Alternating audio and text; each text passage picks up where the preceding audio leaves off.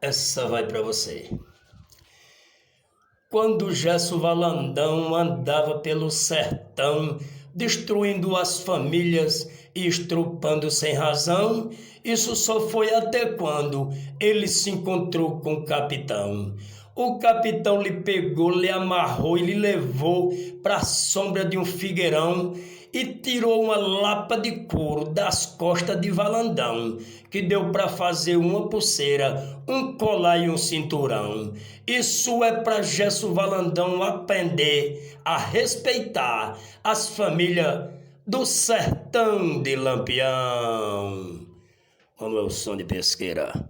Quando Gesso Valandão andava pelo sertão, destruindo as famílias e estrupando sem razão, isso só foi até quando ele se encontrou com o capitão.